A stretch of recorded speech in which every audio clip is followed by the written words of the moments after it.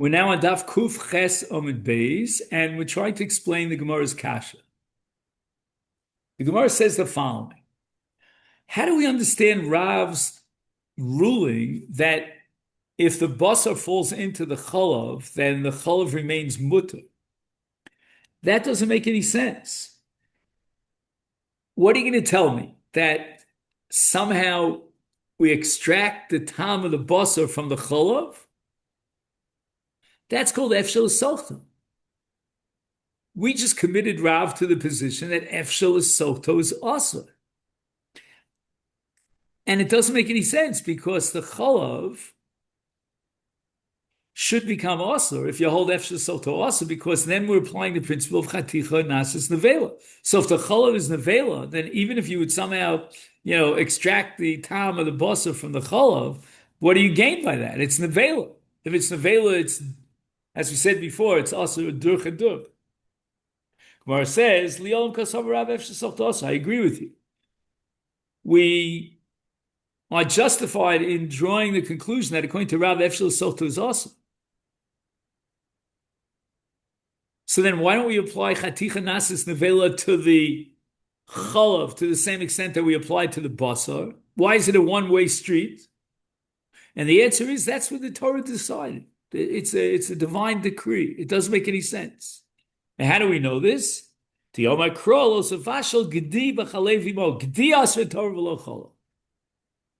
Torah says don't cook the gedi, the meat, in the milk. Because if you cook the meat in the milk, then the meat becomes awesome. So the whole subject and the focal point of this Isur of Basar B'Cholav is on the Basar. The Torah never indicated that the Cholav itself becomes awesome. The Gemara can't tolerate this.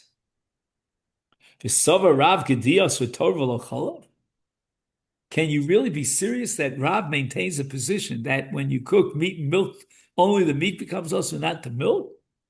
We learned Chatzi zayis basar v'chatzi zayis cholav shebishlan zeh zeh Omar Rav lokal al chilaso ve'eno lokal bishua. Whoa, he's got only a chatzi zayis of cholav and a chatzi zayis of basar. He cooks them together, and Rav says if he eats that mixture, he gets malchus. Now, it must be that the cholav is integrated together with the basar in order to create a kazayis. You only get malchus for an achila of kazayis, ein achila pachos mi kazayis. So you must be considering that the milk itself, the chatzizayis milk, is awesome. Isal kedai kediyos v'tov cholav is achila namai lo kachatzi shiru. How could he possibly get malchus when he only ate a chatzi zayis worth of basar?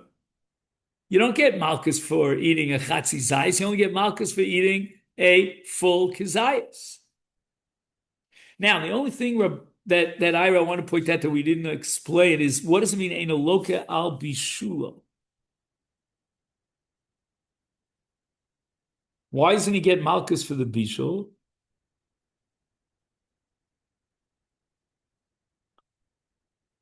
So we're going to have to wait for the Gemara to raise. The Gemara is going to actually address this question. But right now, it's a difficult question. Okay. El yom kasava Rav cholav nami. So now we go back to our original position that when the Torah prohibits basar v'cholav in that mixture, then it's both the basar and even the cholav is asur. The hacha b'mayas kinon.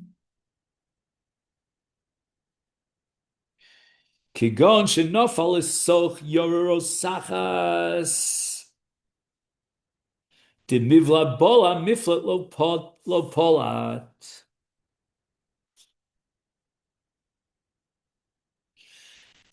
You see, there's blia and there's plata.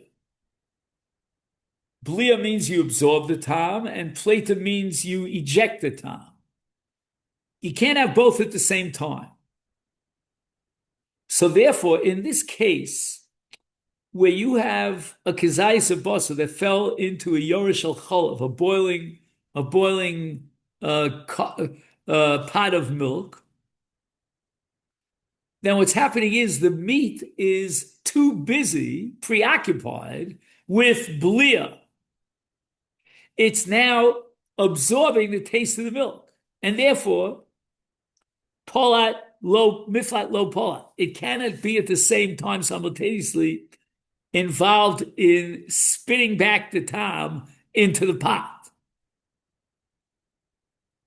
Elsewhere, the Gemara uses a slightly different language. It's called Aidi Ditarid Livla Lo Pola. Anyway, Sof Kinayach Hodar Pola. Wait a second. I understand that while the fire is burning underneath this pot, the meat is involved and preoccupied with blia. It is now absorbing. But at some point, you're going to simmer things down and you're going to shut off the fire. At that point, once you turn around and kinayach, and you get to the point where this whole bubbling, boiling cauldron of basar b'cholav quiets down, at that point, now, since everything is still hot, the meat has absorbed all the milk. It became now nevelim, and it became basar b'cholav, and now it can discharge that tam of itself, which is an avela, into the cholav. So how could Rav matir the cholav? And the Gemara answers, the only way of justifying this and being matir the cholav is by saying that immediately he grabbed onto the meat and took it out. So the meat never got a chance after the fire subsided to be holate and give off its tam into the chol. Gufa. Chatzi zayis bosa v'chatzi zayis cholav shebishlam ze'im ze. Omarav lokal chilos loka al bishulo. I don't get it. If you're adding the two chatzi zaysim together and integrating them to form a kazayis, then to the same extent that he's chayiv for the achila, he should be chayiv for the bishul. Manafsha. Im mitztarfin is abusha lamik look. Im lo mitztarfin achila nami lo look. How do you make this distinction between achila and bishul? Li'olam lo mitztarfin. Whoa. The Gemara is saying now, you cannot integrate the chatzi zayis of chola with the chatzi zayis of basa. No, if that be the case, okay, I begin to understand why you're not chai for bishul, but why are you chai for achila? And the Gemara answers, "B'ba miyora gedola." There were actually two different pots over here.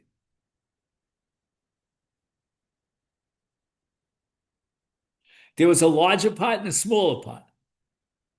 Sounds like the three bears, you know what I mean? So what happened is, in the larger pot, you had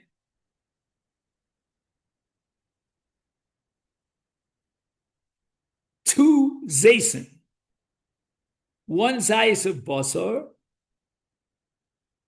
and one zayis of cholav.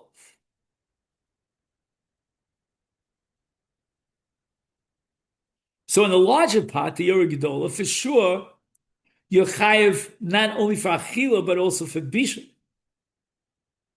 Because even if I hold lo mitztarfi, but I have a kazayis of each. Now, he takes from this Yorah Gedola and he puts it into a smaller pot.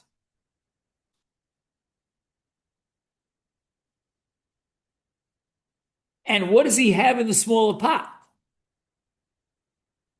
He has a chatzi zayis and a chatzi zayis. And we're holding now lo mitztarf. Is therefore he's not chayiv for bishul.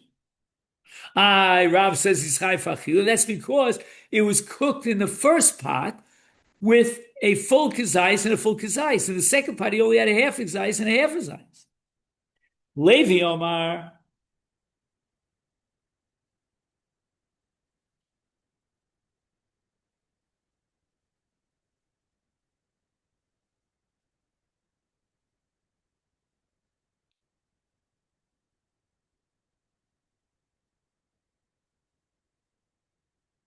Yeah, I just want to point out one thing that's obvious, but in Ba Miyora Gedola, if he eats a half exayis of basar and a half exayis of cholov, he's going to get malchus. Why? Because it already became basar b'cholov in the first Yoreh Gedolah, where there was a kezayis of each. Levi Omar, af lokal bishulo. You can integrate a half zayis of basar with a half zayis of cholov, and if you cook the two half zaysim together, you violate Isur Bishul, and you get Malchus for Bishul. V'chein Toni Lo Mastis, and Levi taught it in a brayso, Kishem Shalok Al Chiloso, Kach Lokal Bishulo, U'Be'ezeh Zeh Bishul Amru B'Bishul Shachirim Ochos Homachmas Bishul. Now, the last part of the brayso quoted by Levi adds another point, which is sort of like a little bit on the side, and that is what qualifies as bishul, meaning how long does it have to cook and reach what state in order to qualify as bishul and violate the isur of vashel gediba chalev imo to get malchus. In Shabbos, we have Maleches Bishul, even K'Michael Ben Josai, which is part Bishul. However, Levi says that with regard to Bas B'chov, you're only chayv for Bishul if Acherim Ochlono Somachos Bishula, meaning that it's fully cooked, so the non-Jew would eat it, as opposed to K'Michael Ben Josai, which is only a third of the Bishul or half of the Bishul.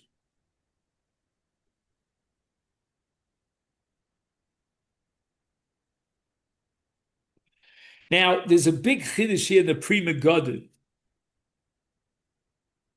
When I sat shiving for my father, one of his colleagues from from when my father was a youngster, told me about my father that he knew every Pri Megadim in the first chelik of Yoreh Deah by heart. Wow.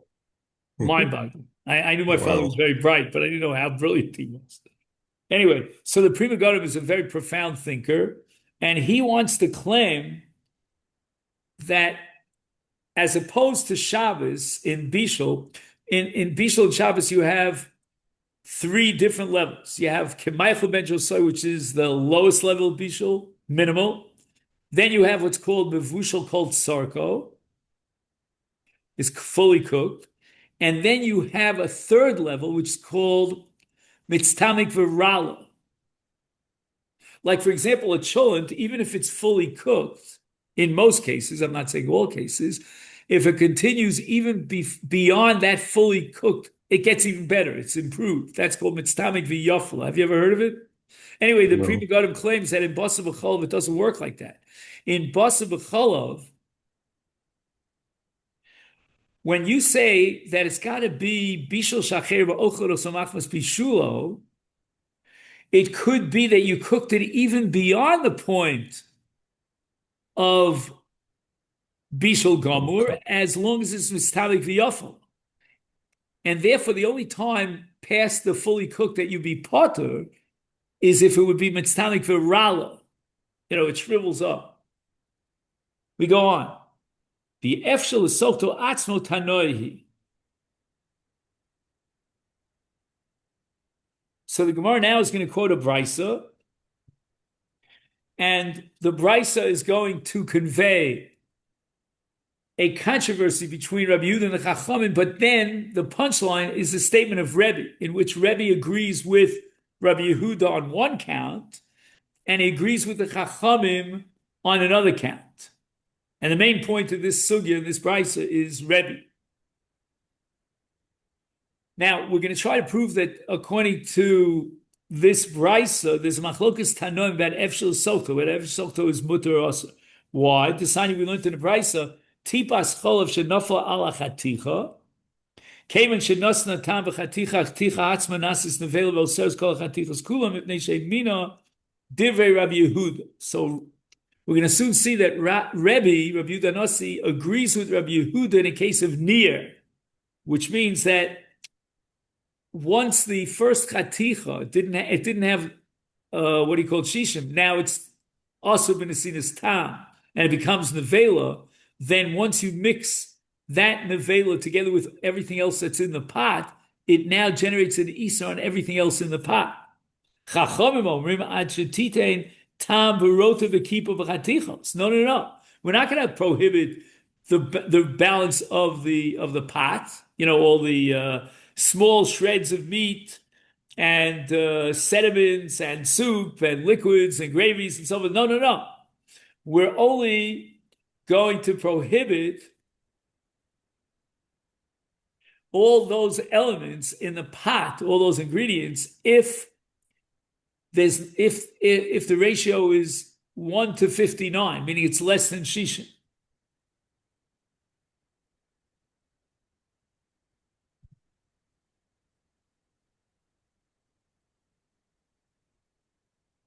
So in other words, Rabbi Yehuda seems to be saying that chaticha atzmanas is nevela, and therefore it's min b'mino and it's low bottom. And that means the entire pot is also in all its ingredients. And Rav is going to agree with that in the case of near, because once he's near and he covers it or whatever, he stirs it up, then the tam from the nevela, which means the original chaticha, now spreads throughout and injects or prohibits everything else in the kedera. Chachamim say no. Chachamim say we'll apply shishim to the rest of the kedera, which seems to be saying that Efshel Softo is mutter. Amar Rebbe, Nirim Divrei Rabbi Yehuda B'Shalo Nir B'Shalo Kisa, V'Divrei Chachamim B'Shanir V'Kisa. I'm going to agree with Rebbe. I'm going to agree with Rabbi Yehuda in a case of lo nir v'lo kisa. Well, that doesn't make any sense. It was lo nir v'lo kisa, so how does the chaticha nevela, the original piece of meat, inject or infect the rest of the meat if there was no near? So the Gemara is going to have to deal with that. But Rebbe agrees with the Chachamim in a case of near, because if it's near, then the tipas cholav that fell into the first chaticha is now spread throughout the entire kidera because of near, and therefore, if the shishim and the sediments and the gravies and the liquids and the small piece of meat that float to the bottom against the cholav, then everything's mut. Gemara says, "What is my lo nir v'lo kisa?" Well, what does it mean that Rebbe agrees with Rebbe Yehuda in a case where he didn't stir the pot? Is mivla bala mifla pola? I don't get it. If there was no near, so how is it that this meat, the original piece of meat, would infect all the other contents and ingredients in the pot if there was no near? Ella lo near betchila b'sal. Stage 1 and stage 2, which is exactly what Efshel Soto is all about. Stage number 1, there was no near. So at stage number 1, the victim or the object of the tipas cholav to prohibit it is only that one chaticha. But then there's stage number 2. And later on, while the pot is still hot, he mixes the pot or he covers it.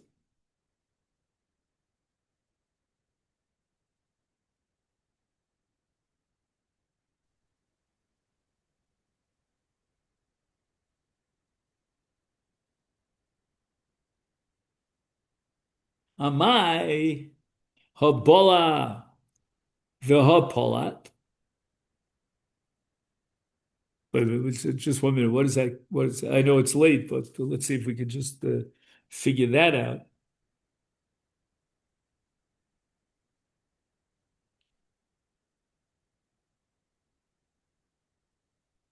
So again, I don't know exactly what he's saying here in the note. I'm going to just tell you what I think is pshat. Habolav hapola. In stage number 1, before he stirred the pot, the meat was bolea and absorbed the taste of the cholov. But now, subsequently, at time T2, he mixes the pot, stirs it all together. At that point, Efshel Salta should kick in. And Miflat Pola, Hapola. That very same Tipas Cholov that gave us all the problems now is squeezed out of the Chaticha and it spreads throughout the Kedera.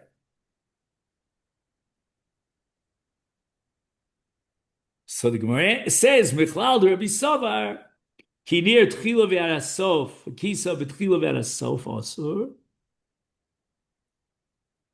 Right? Rebbe said that he agrees with Rabbi Yehuda.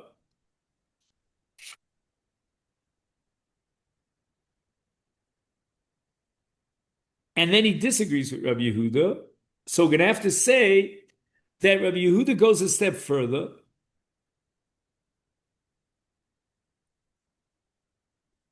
One second. Oh, I'm sorry. I skipped a few words in the Gemara. Is kasavar efshel soto asur. When Rebbe agrees with Rabbi Yehuda, in the case of what? Of Nir, and now we're interpreting that Nir has to be Basof. It can't be Batchila, because then the Tipas Cholov would spread throughout the entire Kedera, and we have Shishim against the Tipas Cholov. So why is anything Asur? It must be Lo Nir Betchila, El Nir Basof. And Nir Basof now creates a relationship between that chaticha and everything else that's in the pot. But wait a minute, Efshel Soto, the answer is that Rav holds Efshel Soto also. And the Rabbanan who disagree with disagree with Rabbi Yehuda, they hold that Efshel Soto is mutter. So the Gemara says, if Rebbe says that if he didn't stir the pot at the beginning, but only stirred it at the end, he agrees with Rabbi Yehuda.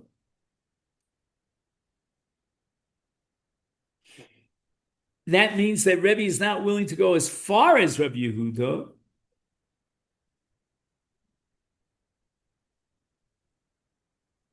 Because again, Rebbe agrees with the Chachamim as well. Is Michlal to Rabbi Yehuda? So if Rabbi Yehuda went even a step further l'chumra and he prohibited ki nir b'tchila v'asof, kisa b'tchila v'asof, amai holo bolaklal.